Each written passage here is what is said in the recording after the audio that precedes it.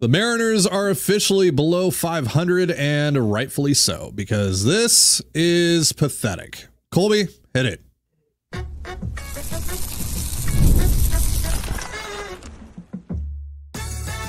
You are Locked On Mariners, your daily Seattle Mariners podcast, part of the Locked On Podcast Network, your team every day. Ahoy, sailors. It is Wednesday, September 4th, 2024. This is Randy Arozarena and Colby Patnode for the Locked On Mariners podcast, part of the Locked On Podcast Network, your team every day.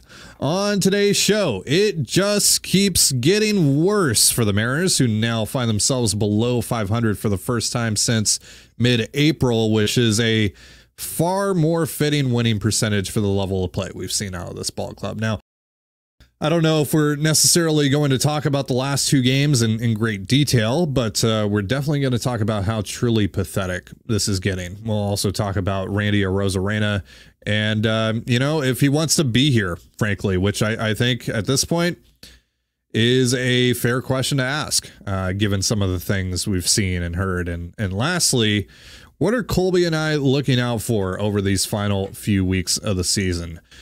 Before we get into all that, shout out to our title sponsor today, Game Time. Download the Game Time app, create an account, and use the promo code LOCKEDONMLB, that's LOCKEDON MLB, for $20 off your first purchase. Terms apply. Download Game Time today. What time is it? Game time. And if you want to hear from me and Colby even more and help support the show, check out our Patreon. The link is in the description, and you can sign up for a free 7-day trial. This road trip, folks, has been a complete, unmitigated disaster, which is a lot like the last road trip this team went on, and like many of the road trips this team has gone on. But somehow, some way, this team continues to find ways to top the previous disaster the very next night, especially the last 4 days. They've gotten walked off 3 of their last 4 losses. The offense has gotten off to some hot starts, but hasn't been able to play add-on, and then the pitching has allowed both the Angels and A's to get back into these games. Everyone's at fault. So yeah, things are great. I'm in a great mood talking about my favorite baseball team right now. Colby, you got any thoughts on what's been happening? Yeah, just that it's a bummer that this team has essentially given up on the season, because they actually got a lot of help over the last 4 or 5 days, not from the Astros. The Astros keep on winning, but the Astros actually did help you because they beat the Royals 4 times, and the Royals have lost 5 or 6 in a row. And if you had just beaten these bad teams you were playing, you would be within 1.5 ish games of that last wild card spot.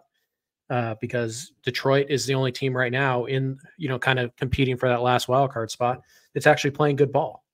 So all you had to do is beat these bad teams on your schedule on the road, and if you win these games, we're having a different conversation today. We're talking about like, okay, well, the Astros won't stop winning, so the division's probably out of the question. But look at this, you're only a 1.5 games out of the wild card spot. Like, you can actually still make the playoffs. It's something that we didn't think was likely to happen at all 2 weeks ago was all of a sudden right in front of you. It was there for the taking. And instead of fighting for it, this team has literally given up. Like, you can see it in their body language. You can see it in the way they play the game. They're toast. They've given up, which is truly pathetic. And it's really, really a bummer that when you kind of really break this season down into its simplest terms, their inability to handle the Angels and the Oakland A's is going to end up being their downfall. Like, their inability to just beat bad teams is going to be what the difference between them making the playoffs and not making the playoffs. So, and that's a bummer. But also, when you just look at the reality of the situation, all that tells us is that the Mariners themselves are not a good baseball team. They're not. You cannot come to that conclusion right now. You can't even say they're a average baseball team. They're not. They are objectively at this moment a bad baseball team. Yeah, they're not even mediocre, right? No. And bad baseball teams, they find ways to lose games in ridiculous ways, and we're seeing that happen almost on a nightly basis now with this ball club. And you can say, no, they're still mediocre because they still have a great pitching staff, but it's like even the pitching is kind of falling apart right now, especially on the road, which has been an issue, over the course of the whole year, but it's been very much prevalent over the last few days. And you look at their numbers on the road, this rotation, they're middle of the pack to, somewhere in the bottom 10 in pretty much every category on the road, compared to how well they've pitched at home. And obviously this has still been a great year for the rotation as a whole. We've talked about how, deep they are and, how they kind of stack up against other rotations, in years past, over the last decade plus. But the road woes are very, very prominent. So are they just T-Mobile Park merchants? Like, is that what's happening here? Is that what we're finding out here? Like, Colby, what are your thoughts on what's going on with the pitching right now? Yeah, I don't know. They're certainly too talented to be, to have this wide of a gap between how they pitch at home versus how they pitch on the road. So it's not like, if George Kirby pitched for, the Arizona Diamondbacks, that he would be a bad pitcher, right? That's not what we're saying, but yeah, very clearly, in particular over the last month or so, the rotation has been significantly worse on the road than it has at home. And I'm not really sure what that's about, because again, it's not like their stuff gets way worse on the road. It's not like these are, 5 Chris Youngs who just live at the top of the zone and they get all these fly balls to the warning track that aren't going to carry anywhere. These are, 5 legitimate dudes in this rotation, 5 legitimate mid-rotation starters who seemingly have all, with the exception of, I guess, Wu a little bit, all decided that pitching on the road is such a laborious task that they can't be the guy that they've been pretty much all year. So yeah, I'm not really sure what the issue is there. To me, this leans more to some kind of concentration issue or some kind of leadership issue. Because, for the difference to be that vast with the stuff that they have, with what we know they've been in the past, both at home and on the road. Like, I don't think this is just like, oh, well, they can only pitch at T-Mobile Park. Like, no, I think there's something else going on here. As to what it is, I don't know.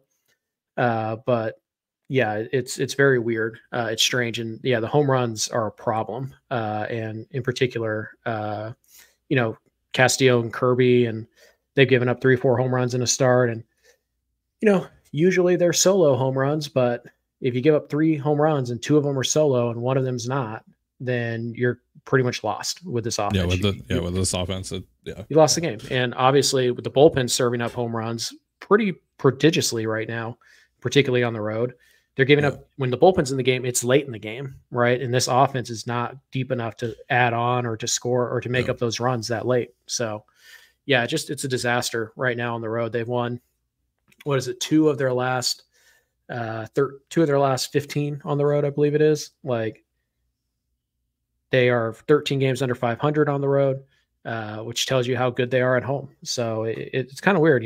We spent a lot of time talking about building a team that can win at T-Mobile Park. Mission accomplished.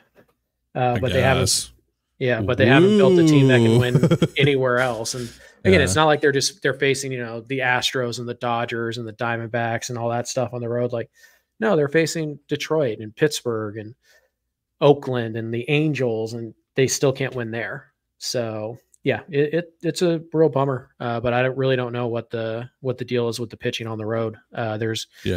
They've won 6 series on the road all year this year. One of them against the White Sox.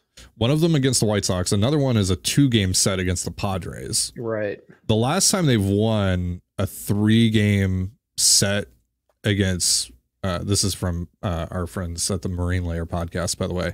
The last time that they won a 3-game set or more on the road against a non-White Sox, non-A's team was the Astros on May 3rd through the 5th. And that was when the Astros weren't playing good ball. Yeah. Yeah. And again, to me, that consistent of a problem that points to something, clubhouse related, leadership related, focus related, that these guys go on the road and basically view it as a 2-week vacation.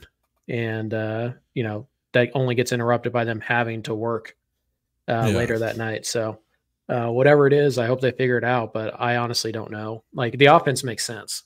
I mean, if anything, you'd think the offense would be better on the road, but it's just a bad offense. So they're bad on the road, they're bad at home. Doesn't matter. The pitching, I have no idea why that's the case. So Randy Arozarena, does he actually want to be here in Seattle? I think it's a fair question to at least ask at this point. And is that a Randy problem, or is that an indictment on the Mariners culture right now? Colby and I will discuss in just a moment. But first, a reminder, this episode of the Locked On Mariners podcast is brought to you by eBay Motors. Passion, drive, and patience. What brings home the winning trophy is also what keeps your ride or die alive. eBay Motors has everything you need to maintain your vehicle and level it up to peak performance. From superchargers, roof racks, exhaust kits, LED headlights, and more. Whether you're into speed, power, or style, eBay Motors has got you covered. And with over 122 million parts to choose from, you'll always find exactly what you're looking for. With eBay Guaranteed Fit, your part is guaranteed to fit your ride every time or your money back. Because with eBay Motors, you're burning rubber, not cash. With all the parts you need at the prices you want, it's easy to turn your car into an MVP and bring home that win. Keep your ride or die alive at ebaymotors.com. Again, that is ebaymotors.com. Eligible items only. Exclusions apply. eBay Guaranteed Fit only available to U.S. customers. And you're listening to the Locked On Mariners podcast. You can catch all the action between the Mariners and the A's tonight on the Mariners hometown broadcast with SiriusXM via the SXM app. All you have to do to find that is search the word Mariners. All right, so let's talk about Randy Arozarena. We've talked about him quite a lot over the last few episodes, obviously because of what Ryan Divish said on the Marine Layer podcast, and then we brought Divish on here to talk about that a little bit. The possibility of the Mariners trading him this offseason, which you and I disagreed with regards to the process of doing that, right? Considering, what went into trading for him in the first place, what the context of that was, not just for this year, but for 2025 and potentially 2026 as well. But, we've heard some things about Randy struggling to adjust to, his new situation, which that isn't atypical for players who get traded midseason. That happens. It's hard for someone to just kind of like pick up their life and move across the country on the drop of a dime, in the middle of a baseball season and, come into a situation that's already been going for months and months. But it seems like it might be a little bit more than that when you see like he went into the Rays clubhouse and hung out there for a little while. And I know that didn't rub some guys the right way there. And now you see him on the field, and let's just say that the effort has been inconsistent at best. Overall, the offensive numbers are fine. He had a great homestand recently. But there are occasions where it just doesn't look like he's given it 100%. And last night on the base pass, there's a play where he took off at the pitch. Seemed like maybe it was a hit and run, or he was just trying to steal second, what have you. Justin Turner checked his swing on a 3-2 count, ended up getting called for a strike. And then Randy just stops running on the throw to second, gets tagged out.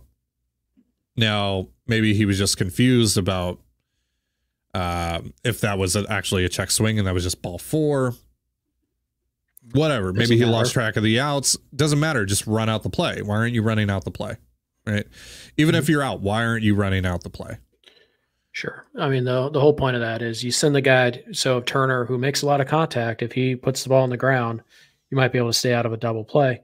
But as a base runner, your job in that situation is to treat it like you're stealing second base, right? Like, which means you keep your head down, you peek in to see, if the ball got put in play, and then it's head down and you slide into second base, like you're trying to steal. Like it really is. Essentially, the runner's job is to treat that just like you would any other stolen base.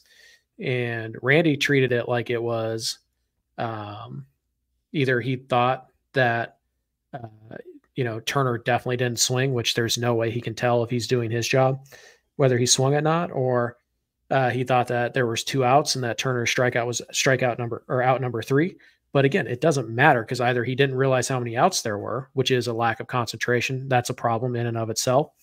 or he assumed that Turner had walked and they weren't going to call that strike three, which again, doesn't matter. You shouldn't be leaving that up to the umpires anyways. Your job in that instance is to steal second base. So regardless of the reason or whatever, regardless of why the blunder was made, there are no good explanations for it, right? It is either it's any way you want to slice it. It's a complete lack of effort and it is a lack of concentration.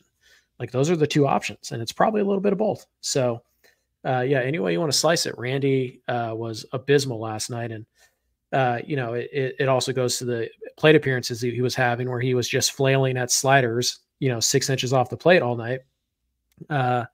And honestly, he looked annoyed when he walked in his last at bat, like, "Ugh, I can't believe I have to go run the bases right now." Now, Randy he had a game like this on the last road trip. I think it was in Pittsburgh, where he went 0 for 5 with 5 strikeouts. It was the same thing. It was just chasing the same pitch, like he was trying to get out of the batter's box as fast as possible. So, it's been a couple games like that, and then he'll have a couple games where he looks like he's, one of the best. He looks like the guy the Mariners traded for. Like he'll go out there, he'll hit a home run, he'll go 2 for 4 with a double, he'll steal a bag, and he's diving in the outfield and he's making catches and all that stuff. So like, it's very weird. And it does seem like he's played better at home since he was acquired than he has on the road. So I don't know exactly what's going on there. Obviously, Randy is not 100% here, like mentally, with the Seattle Mariners. And you certainly can understand it. It's a guy who's, a fan favorite in Tampa for half a decade. His family's still down there. Like, he's in a new place, in a new spot, and obviously the team's now struggling. Yeah. So you can certainly understand why mentally he would be, kind of not 100% in on the rest of this season. But at the same time, like this is a guy who's going to ask you to pay him $10-12 million next year, and to whether you like it or not, to be kind of a focal point of the fan base and of that clubhouse. And if he's going to have these lapses of effort, on a fairly regular basis, do you really want to, reward that guy? So it's a very difficult decision the Mariners have to make, because is this just a case of like, look, once he gets, a spring training with us, once he gets to know the guys in the clubhouse a little bit better, once he gets his family up here, right. Is this something that we can salvage, or is this guy just a bad fit in the clubhouse? Well, which again, this season has been a disaster, and Randy walked into this thing and with expectations kind of placed upon him to help fix it. Right. So I get it if that, creates kind of a weird entrance into the organization for him, and he feels a bit awkward and a bit removed from what's going on and all of those things. But sure. Yeah, again, it's obviously, just, it's the going into the Rays clubhouse. It's the, again, the inconsistent images of effort that we've seen. It's all these things, both between what we've heard and what we've seen, that just makes me go, does he actually want to be here? Like, but again, when you're coming into a situation like this, which was already looking pretty dysfunctional before the trade deadline, and things were already falling apart, and they had already blown the 10-game lead and all those things, and then you come in and you're kind of looked at to be one of the saving graces of the situation, and then you came in, you were tied for first place though. Like, it's not like there wasn't any motivation left. No, but a lot of bad had happened leading up to the deadline, and then and then you come into the situation, your manager gets fired, all that, a lot has happened, right? A lot of negative has happened in the time leading up to Randy's arrival, and then after his arrival. Mm-hmm. And so like, I understand it from that perspective, that you get into the situation and you're like, the hell is going on here, right? It's like the gif of Donald Glover in Community when he walks in with the pizzas and everything is on fire. Sure. It's kind of like that, right? But again, at the end of the day, like, he's got to handle himself as a professional, right? You're getting paid to be a baseball player. You're getting paid to put 100% effort into every single game, no matter what the situation is. And if he's not doing that, I mean, it's not a great look for a guy that just entered the organization. Mm-hmm. I would say one of my, like, if you're looking for like a bigger picture, like, concern here, one of my concerns would be like, is the Mariners clubhouse too cliquish? Like, is Randy being isolated by other members of the Mariners clubhouse because he's an outsider? I don't know. And by the way, we know that's a thing that's happened. We know that, like, the Cano Segura thing, that was because Cano, Segura, Cruz, and a couple other guys, they got really cliquish in that clubhouse, and D. Gordon wasn't in that clique. And Segura was mad at D. Gordon for literally nothing. And there was that big fight at the end of the year. Like, clubhouses can develop cliques. And if there's a problem with accepting newer players into the clubhouse or into the structure of your clubhouse, then it's on the Mariners to learn who those problem players are and get rid of them. So if that's an issue too, if there's just like Randy's being treated like an outsider by his own teammates, and again, that's all speculation. I don't know. Nobody does. But if you're like, hey, why is he so homesick? Why is he having such a hard time fitting in? What's the clubhouse like? Like, what has the effort been there to incorporate Randy into this thing? So now that we can pretty much safely say that the Mariners are cooked as far as the playoffs go, what are Colby and I keeping an eye out for over these final few weeks of the season? We'll talk about that in just a moment. But first, a reminder, this episode of the Locked On Mariners podcast is brought to you by both Prize Picks and Game Time. Prize Picks is the easiest and most exciting way to play daily fantasy sports. Unlike other apps on Prize Picks, it's just you against the numbers. All you do is pick more or less on 2 to 6 player stat projections and watch the winnings roll in. You can now win up to 100 times your money on Prize Picks with as little as 4 correct picks. You can turn $10 into $1,000. Think Tyreek Hill will get more than 90.5 yards in week 1, or that Caleb Williams will throw for fewer than 236.5 yards in his debut? Cook up hot takes with your friends and win real money this football season when you and your crew run your game on Prize Picks. Download the Prize Picks app today and use the promo code LOCKEDONMLB for a first deposit match up to $100. That's promo code LOCKEDONMLB on Prize Picks for a first deposit match up to $100. Prize Picks, run your game. So some of you may not know this, but I used to live in New Mexico, and down in New Mexico, there are 0 pro sports teams. And a lot of the bands and artists that I listen to skip going there more often than not. So when I moved to Toronto, where there's a baseball team, a basketball team, a hockey team, even a soccer team, and there's great music being played every night in the city, yeah, I was right in my element. And when I want to catch a ball game or my wife and I want to see a band, I always get our tickets through Game Time. And that was the case well before Game Time sponsored our network and before I even joined the network, because it is truly the best ticketing service, hands down. I really, really believe that. And now it's getting even better thanks to Game Time Picks. Game Time Picks filters out the fluff to show you only incredible deals on great seats, so you don't have to waste time searching through thousands of tickets. I can just go on the app, it'll show me the best deal right away, it'll show me the exact view I'll have, and most importantly, it'll tell me exactly what I'm going to pay with Game Time's all-in pricing, so there are no annoying little fees that pop up at the very last second. So take the guesswork out of buying tickets with Game Time. Download the Game Time app, create an account, and use the promo code LOCKEDONMLB for $20 off your first purchase. Terms apply. Again, create an account and redeem the promo code LOCKEDONMLB for $20 off. Download Game Time today. What time is it? Game Time. And you're listening to the Locked On Mariners podcast. Once again, you can catch all the action between the Mariners and the A's tonight on the Mariners hometown broadcast with SiriusXM via the SXM app.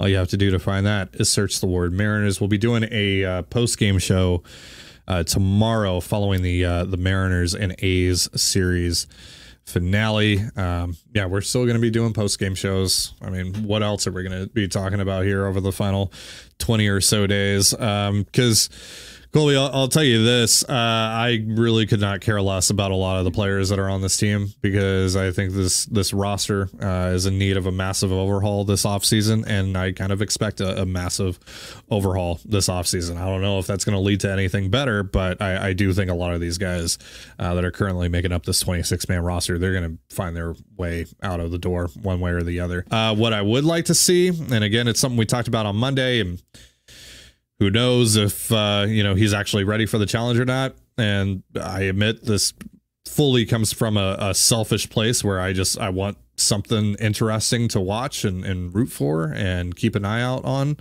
And that's calling up Cole Young. I think Cole Young should be on this ball club, especially at this point. JP Crawford has 1 hit since coming back from the injured list. It's been a rough go for him all year long.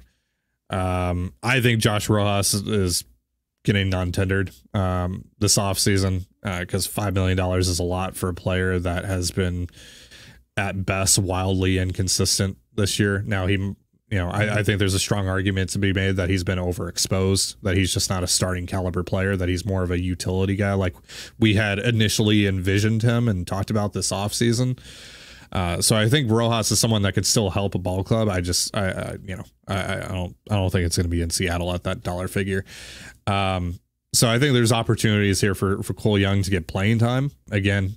I don't know if he's ready for the challenge or not. That's not, in my wheelhouse to confidently say whether or not that's the case.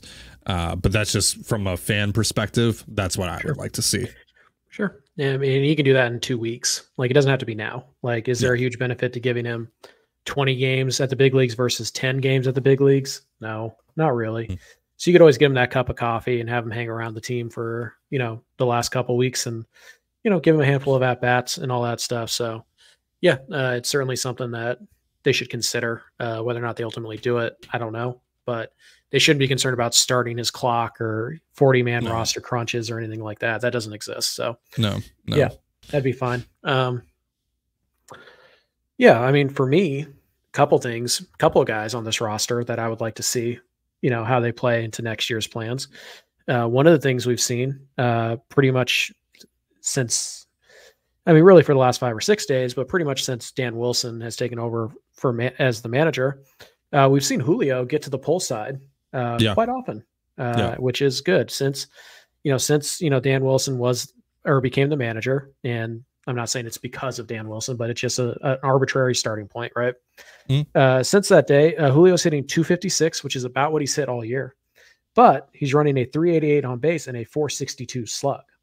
So if Julio was doing, what he's doing right now, but with a 462 slug, the Mariners are probably a wild card team. Like, let's just call it what it is. Julio's been bad this year relative to what Julio should be. But you look at what he's done in the last couple of weeks, 18% walk rate, 18% strikeout rate, couple homers, couple doubles, couple stolen bases, and pulling the ball hard with authority to his pull side. Good to see. See. And I want to see him continue to do that. Somewhat quietly a little bit in that same time span, the Dan Wilson era, we'll call it. Victor Robles has gotten back on a Linsanity run of sorts. He's hitting 391, 400. Oh, so his Linsanity run wasn't over, Colby. He was the worst player in baseball for 3 weeks. So, yeah, I would say this is a new Linsanity run, actually. Sure. But, yeah, he's at 391, 400, 565, 174 WRC plus. So I'd like to see him, see how legitimate this is. Can he finish on the strong note? Luke Raley has been totally fine. And I think Raley is a guy who, I hope survives this winter. Obviously there's going to be some interest in trading him and it's going to make some sense to trade him, but I hope he survives. He's been probably your best hitter from start to finish this year, which is a problem. Don't get me wrong. That's a problem that he's been your best hitter for, the last, 5 months, but it's also kind of true. Who's been consistently better than most consistent hitter, I would say. Yeah. Cal Raleigh's fine. By the way, Cal Raleigh, outside shot, he gets to 100 RBI. So if you're looking for some kind of, personal thing there you go. Outside chance, Raleigh gets to 100 RBI. And yeah, also I'd like to see Kirby and Gilbert, particularly Kirby, get his groove back. Can we just see, I just want to watch George Kirby pitch. And for the last month, I felt like I'm watching an imposter. Like I'm watching Emerson Hancock out there try and do like a George Kirby cosplay. Can I just see George Kirby pitch? Yeah. For the love of God. Yeah, that'd be great. As much as this fan base has just decided that they hate Luis Castillo now and that he's actually a number 4 starter who's vastly overpaid, it's like he's been better than George Kirby. And yet nobody wants to talk about why Kirby's been bad for a month straight. Let's talk about it. Let's figure it out. Let's see good George Kirby. Yeah. So there are some By the things way, I'm still watching. On the rotation, would you go to a 6-man rotation or shut one of these guys down just to avoid I had this injury? I had this conversation last night. I don't think you can shut guys down to avoid an injury if injury like threat isn't present. Now I understand that the thing is like, well, their pitchers are always likely to get hurt or whatever. It's like, yeah. But with Brian Wu, someone that is no, because I think there's value in building up Brian Wu's innings.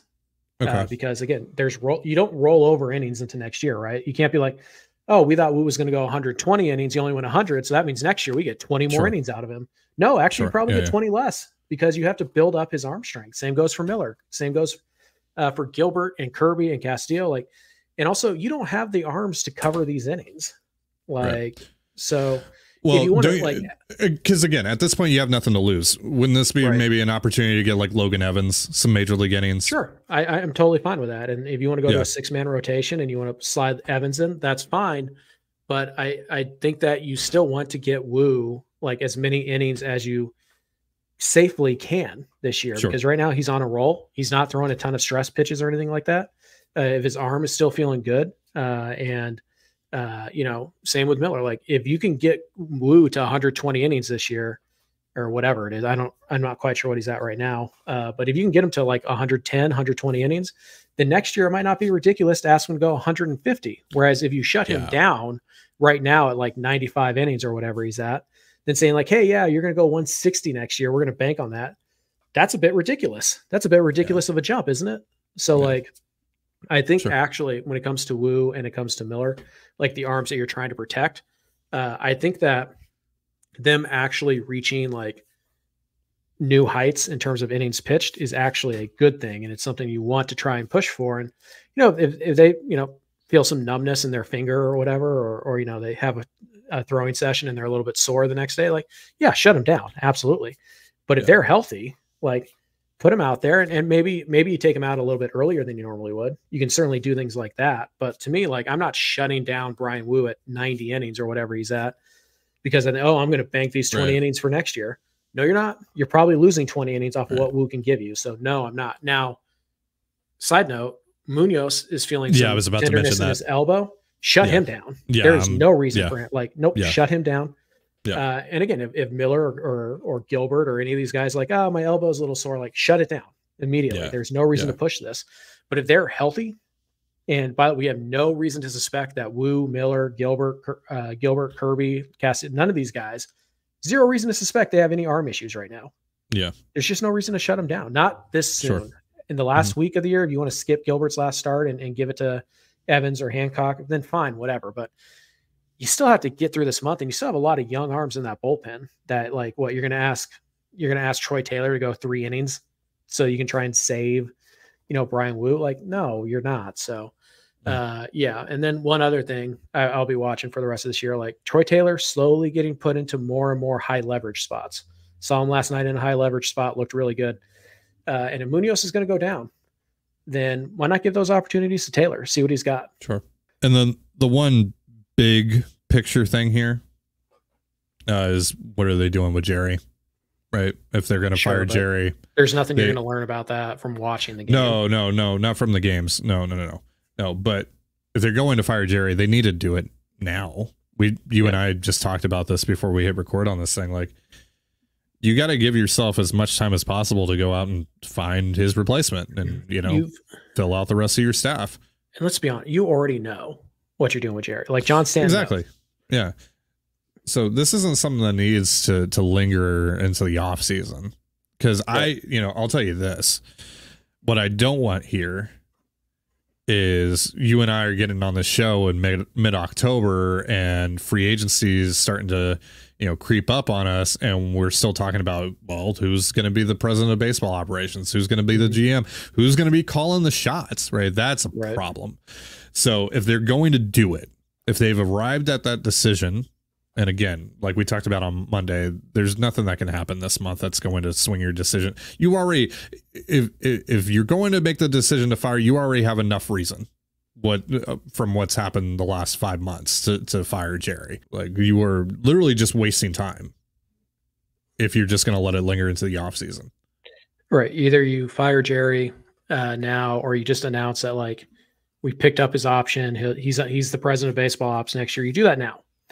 Yeah. So like you said, so either Jerry, is hitting the ground running. And by the way, again, I honestly think they've already made that decision. I think they've already told Jerry, and they were just kind of waiting for an appropriate time to dump the news. I think Jerry will be back. Now we'll see what, Divish obviously did a podcast today. We'll see if he has anything new to add. But I do feel like he's going to be back. DePoto is going to be back. And I still think it has a lot to do with Dan Wilson being named manager, not interim manager. I think that was the clue. But we'll see. If you are going to fire him, do it now. And start to put together your search committee or whatever, and start to, get names, and that way you can hit the ground running when the regular season ends, and you can get going in the off season. You got a lot of work to do this off season, and waiting around until January or February to start making moves is not going to be a viable strategy. So yeah, whatever you're planning on doing, do it now. Make the announcement now. That way we can all move on and kind of start to set the stage for what's going to happen this offseason. That's going to do it for our show. Again, we'll be doing a post-game show tomorrow after the series finale between the M's and the A's. The Mariners' last game at the Oakland Coliseum ever.